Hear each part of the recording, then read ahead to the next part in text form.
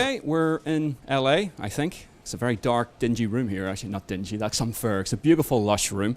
I'm here with a man whose beard I'm very, very jealous of. Ash, thank you very much indeed for joining me today. My pleasure to be here. You know what? I could spend the next 5 minutes asking you how you actually get it to that full, luscious shape, but I won't. Okay, it's a lot of oils and essential stuff. Okay, what, we'll talk after this, yeah? Okay, but we're here to talk about Black Flag, which you've just demoed for us. Thank you very much indeed. Just to ask, where are you guys at the moment in terms of the project? So we're around what we call the alpha stage, which means we're feature complete. We've built all the locations, we've built our missions, and now it's really about debugging, polishing, tweaking, making sure that the experience is cohesive and accessible for players. Now, obviously enough, we're carrying off from the naval battles that we saw in Assassin's Creed 3, one of the highlights of the game. Have you guys basically took that, carved that out and went, okay, how can we expand on that? I mean, what sort of tweaks and differences have you put into the naval battles specifically for this game? So to be specific about it, we started a few years ago. So it's been about 2 years that we've been in development, and we saw the early stages of the Naval for ACII. There was a lot of play testing and focus group testing, and we knew that there was something special here. So very early on, we split off. They needed to finish their game, so we picked it up. But for us, it was really about how do we make this Caribbean world, fresh and unique and seamless. Because the seamless aspect, we wanted exploration to be really powerful in this game. So it was important on a technological perspective to separate development and move forward and go deeper on the naval aspect. So some of the specifics, it's a lot more AI. We've put a lot more enemies into the naval. For example, there's the Charger. The Charger is an enemy that's a very fast ship that has a massive ram, and he's trying to take you out that way. So with him, you have to use different weapons, a different strategy than, say, facing a man of war. So for sure, upgrading the weapons on the Jackdaw, giving you all new weapons that AC3 didn't have. So we've gone deeper on weapons as well. This is all stuff that we've really pushed in the naval aspect. Now, what we saw briefly on the demo today is once you actually take over a ship, you have the choice of basically either recruiting the crew and whatnot. Now, what was interesting, I thought you touched upon the idea that basically you can send the ships out past the Caribbean and does that factor into a more sort of wider strategy aspect that we've sort of seen touched upon in previous Assassin's Creeds? Yes, you'll see some familiarity with previous Assassins, but here the idea is that you can plunder virtually any ship in the world. Do what you want with it. One of those options is to send it to Kenway's fleet. So Edward Kenway, our hero, he has a fleet that he amasses, and he can send it out outside of the Caribbean world to pirate and plunder and play in the economy system outside. And this is where we touch on the companion app. The companion app is it's a free app that allows you to go deeper into this experience. It's for those fans that love the economy aspect of pirating, or that who just want more cargo and resources to upgrade the Jackdaw. You can take this on the bus and play with it that way, so that you can really have an extension of the experience. Okay, now we saw an example today where you'll have the map, treasure map, and you'll be able to pinpoint it on the app. Yes. But it sounds like there's a lot more to it than that. And is that a case of, so that will be a downloadable on same day of release as Assassin's Creed 4, and that will be focused on that sort of economy aspect? Yes, so the companion app, it's a free download that's available on iOS and Android, and it's available day one, and you can use that experience. We like to say that a friend in the room, your significant other, brother and sister, whoever that may be, they can be your quartermaster. They can take the app and pinpoint stuff for you on the map. They can find events and so on for you, help you find those treasures. So it's really a comfort and an extension of the game.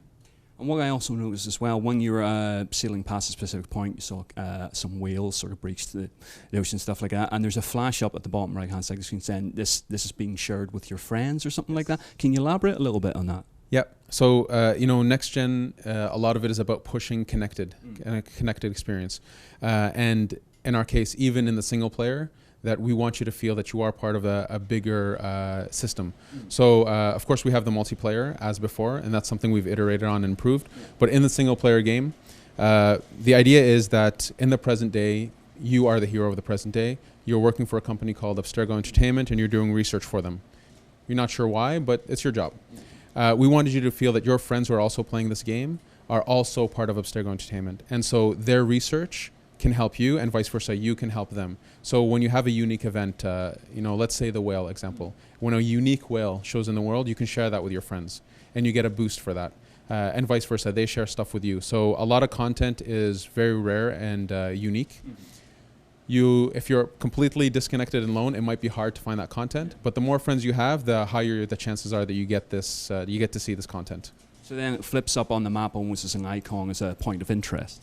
Exactly. So when it's shared, what it really concretely means is that it's an icon that shows up on your map. And when you go there, you get to see the activity, do the activity or the event as it is. Excellent. Now, touching upon something else in the presentation, you said that it was going to be fighting was going to be slightly more difficult this time around. How's that working out? So both for the naval and ground, we've increased the difficulty a little bit. It's, we need to make sure the game is still accessible for people, but we wanted things like in the naval combat that the progression system has a lot of value. So for example, seeing this massive man of war with 100 cannons on each broadside, you won't be able to take it on when you first begin the game. The Jackdaw is going to be fairly bare bones. You need to upgrade it. So you have enemies that can kick your ass effectively. On the ground, to help push stealth and to help push the upgrading of Edward, it's something else that we've made is that the enemies are slightly tougher. Gunners, for example, will kill you in 2 shots. So you need to gain armor. You need to use stealth against these types of enemies or avoid them, just to get past them. All of this is to get the player to play with the tools, and it allows us to give a simple objective, like here's your target, go after him, and really let the level design, the ingredients in the world, and the player's choice be what drives the fun of the game. Now, with this being an open world, then the idea is the player can go anywhere at any time they feel like. So how necessarily do you restrict player movement into areas that perhaps, they're underpowered for? Is it like that, like you're saying, the example, you'll just die? Effectively, yes. So we open up the game world very early on. So about an hour into the game, you have full access to the whole Caribbean. You can go to any location, any part of the world. But some of the locations will have massive ships blocking them, an army of guards defending them. And so you can go there. So it's new for us in AC to use the content to kind of, I don't want to say block the player, but to create a high enough challenge that they won't be able to defeat it early on. They'll have to play in the world, they'll have to explore the world, find the gems to be able to upgrade the Jackdaw, to face these tougher challenges, to unlock new content and so on. And we have tons of these. The Caribbean world, it's the freshest and it's the most unique world we've ever built. We really went out of our comfort zone to create this world. We know how to build cities.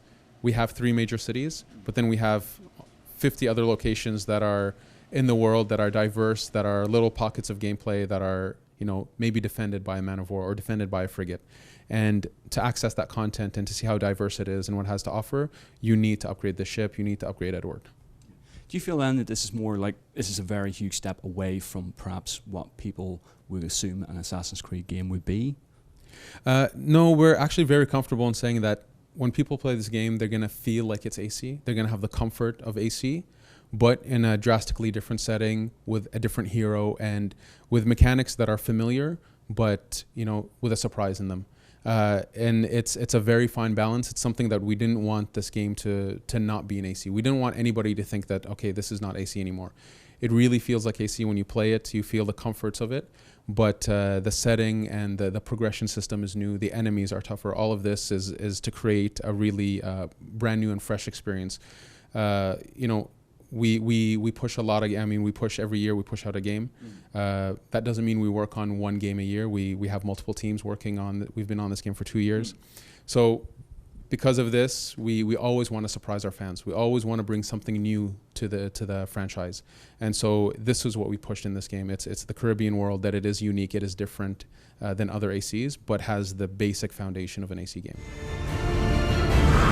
Join them under the black flag of Assassin's Creed 4.